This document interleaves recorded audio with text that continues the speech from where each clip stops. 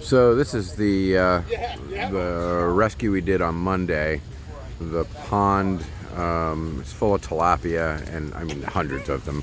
This is the second time we've been there. Actually, we went last month and pulled probably 500 or more out, and so we're back again to finish off the job and finish off the pond. And what happened here is that a hotel had kept this as a beautiful koi pond for years, and then they sold the hotel, and the new owners turned the hotel into a daily rental and just didn't care about the pond at all, and just let the place go to hell. And so we went to pick up, pull the last of these fish out of here. And that's Susan. She's the woman who found this pond, and she did everything she possibly could to find us. She called all sorts of people, and nobody cared at all, and they were just gonna, just let the pond go, and didn't care if the fish survived, didn't care if everything died, didn't care if it turned into a mess. Just nobody cared. So she finally got a hold of us, and we came out last month and did the first rescue. To your left there in the blue shirt is Kenny. Kenny is running our east side rescue. He is over in Cocoa. The fellow standing next to me there in the black shirt with the logo on it is Michael. He's volunteering for the day. We found him here in Chiefland. He's a pretty cool cat. And so we went out there and we got in the mud and we mucked around, and well, you can see how we did. To get them out. This is getting low enough down here. It's starting to, we're still ankle deep, but it's going. Oh yeah, it's going. All right, I think we've got everybody scared down your way. I can't imagine.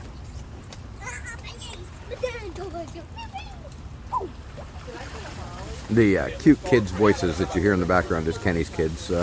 He brought his kids along, and they just had a blast. They helped pick up fish, and were super happy when we found some swordtails. And just through the whole day, they were just playing and really just having a good time. Apparently, the kids love fish.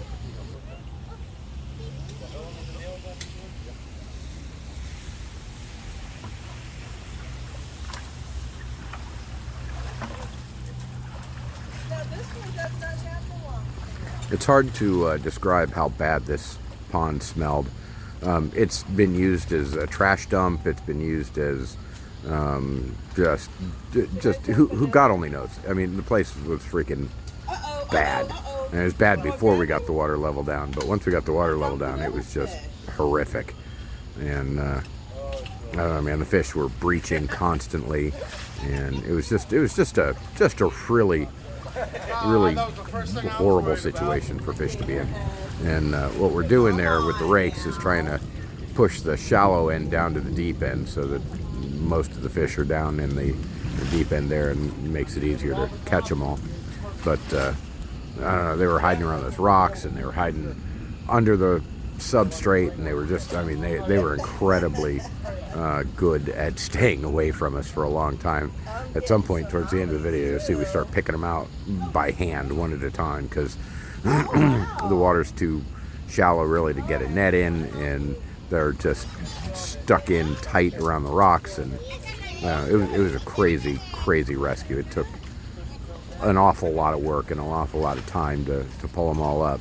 And I mean, we still left some. Unfortunately, there was no way of getting every single one of them. But we finished it off by chlorinating the pond to make sure that no more breeding went on, and the fry didn't turn into adult fish again, so that didn't become a problem in this pond again.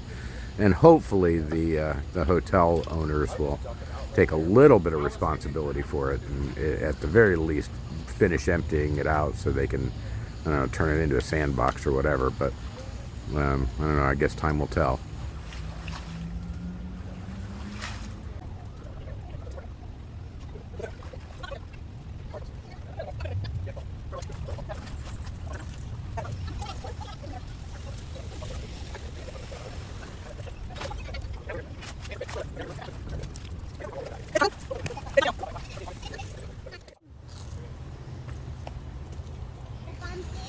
So Kenny made it out there about an hour and a half, maybe 2 hours earlier than we did. We got stuck on the drive a little bit, slowed down. And when we got there, he had already had the pump on for an hour or so and gotten some of the water out. He really busted his ass. As you can see, he's picking individual fish out of that net right now. They were what was left was pretty much small ones. There were a couple of big ones left still, but most of them were small ones. We had caught most of the big ones out the first time we were there, but there were still just hundreds and hundreds and hundreds of small to mid-sized fish. And you see the guy in the background there watching us all day long. People would stop by and just hang out and watch us do our work. I don't know if I didn't really talk to anybody much. I was kind of curt with people because a lot of them were just asking questions that were making it more difficult for us to finish doing our job. But yeah, just all day people kept coming by and watching what we were doing.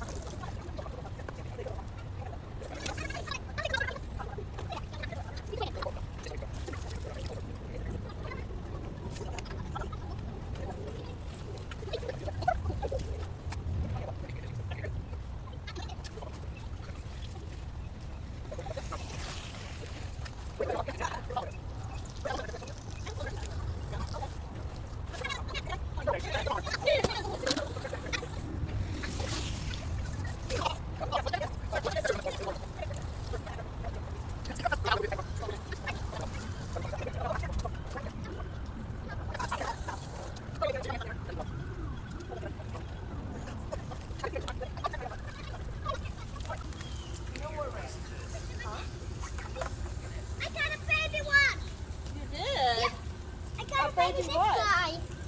This guy. Oh my gosh. A baby what? This guy. Okay, put him in the thing. Put him in the right bucket.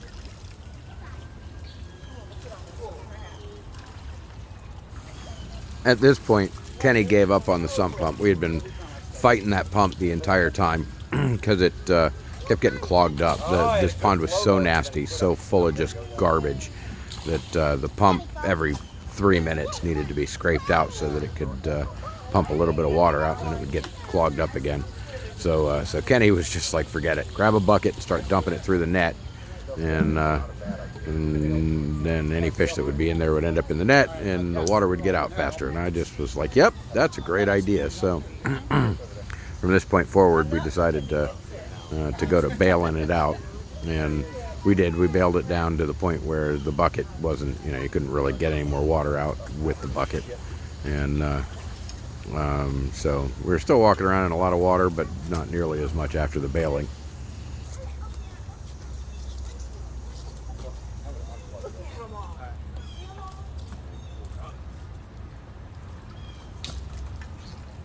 Yep, there's a lot of rock. Yeah, there's a lot of river rock.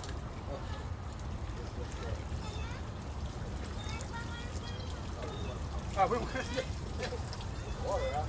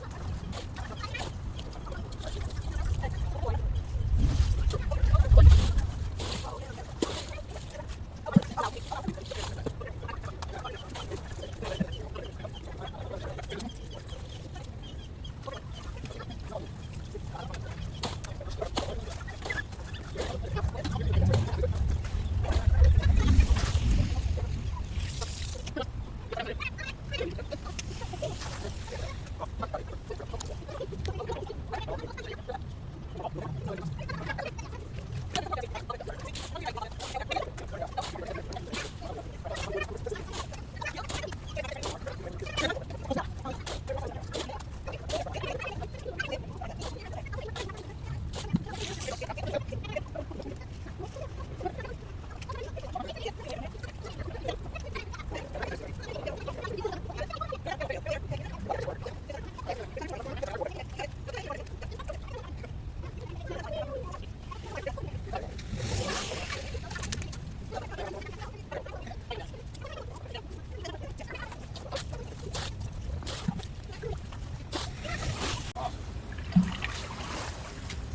you go. So it's on your backside. Alright, everybody, we're here today learning how to hide the box. All right, there's a brick over there. All right. We're getting shallow enough that it's going to be really easy in a few minutes here. I still think we're gonna be able to. It'll be easier than that. Oh yeah.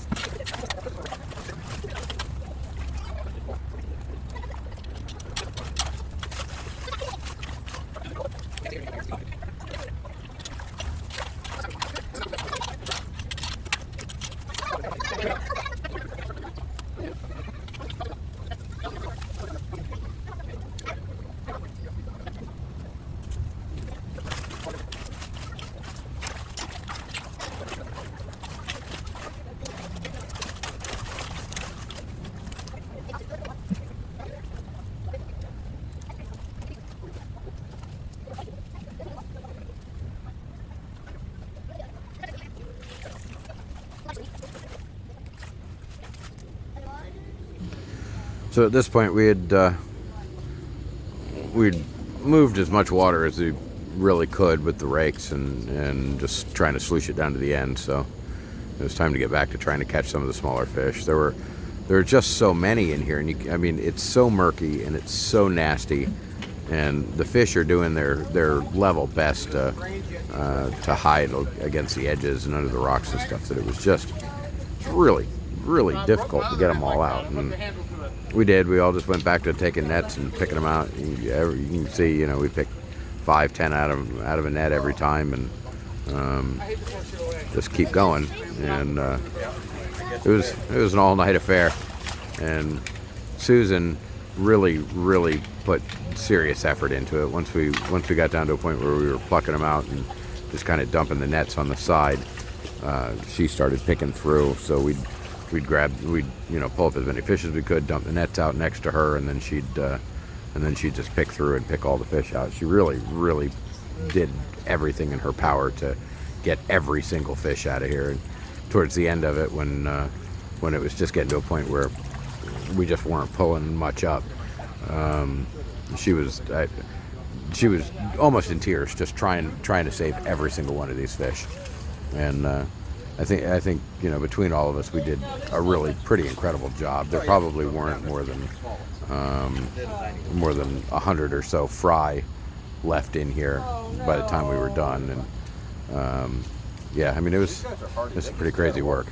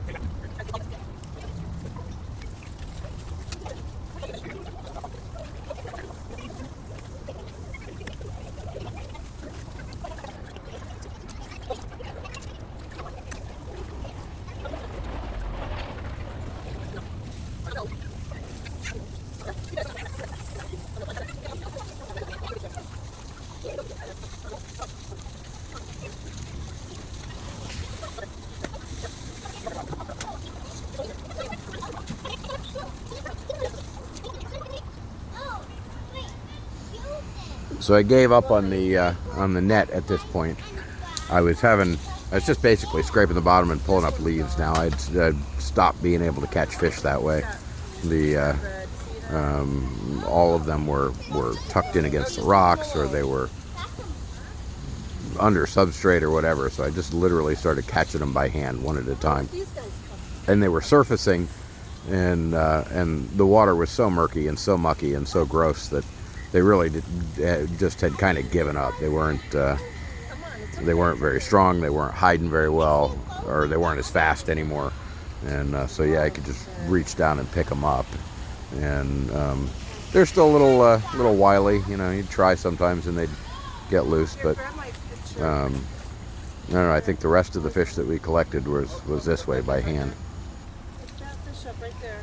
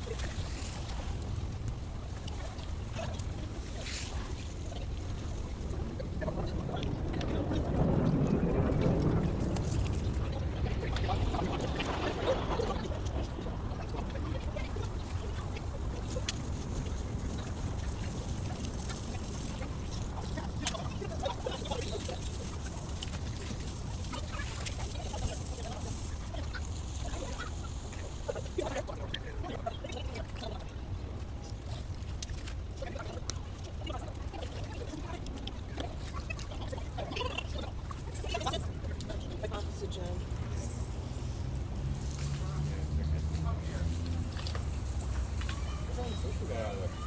I don't want to stop. There's still more in there. There's more down there. These guys will come back. I know, but you're going to have to give some a miss. There is a point where you've done it. Hell of a job. There does come a point where you got to quit. You got it. You might get another 25 hours, but there's always going to be some. And they should just fill all this. Hey, are you ready for this bucket? Bring me another. Come on, you got it. Come on, you guys can make it. Come on, you guys can make it. They're gonna put you guys on oxygen. Can you bring me another bucket? Yeah. I'll bring you the same bucket. I'm hoping. Okay. Dump this one. Thank you for helping me. Ooh, Ready for this? I don't. I don't normally have a big heart when it comes to fish. I mean, unless I was the one that bred them and stuff like that, then I felt really bad. Because I was the one responsible for taking care of them. You know? I have a heart.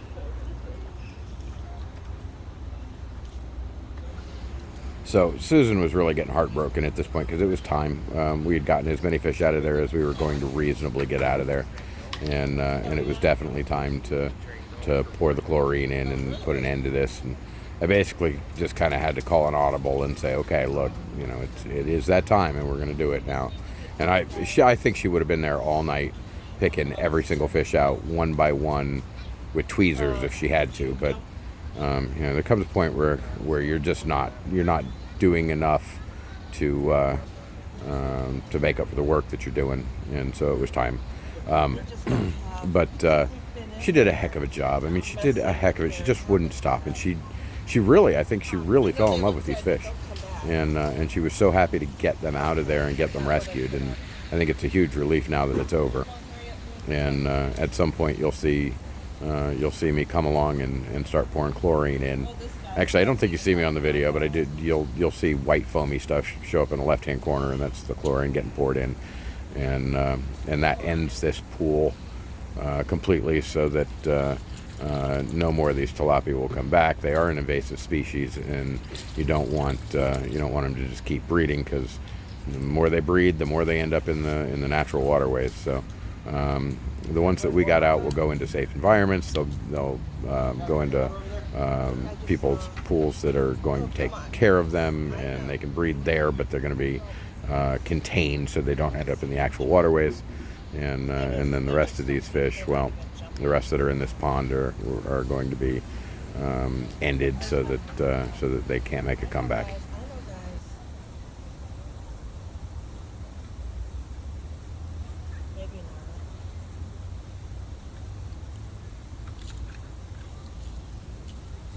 Thank you. Okay, hurry up.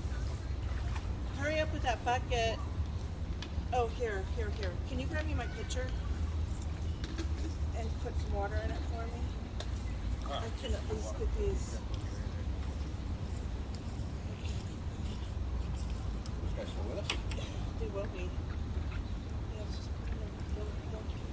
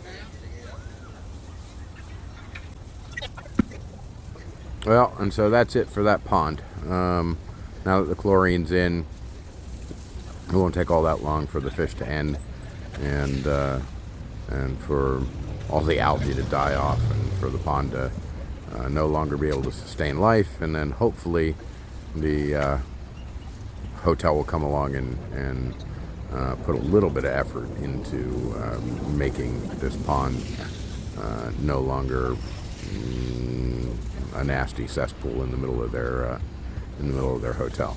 I guess we shall see.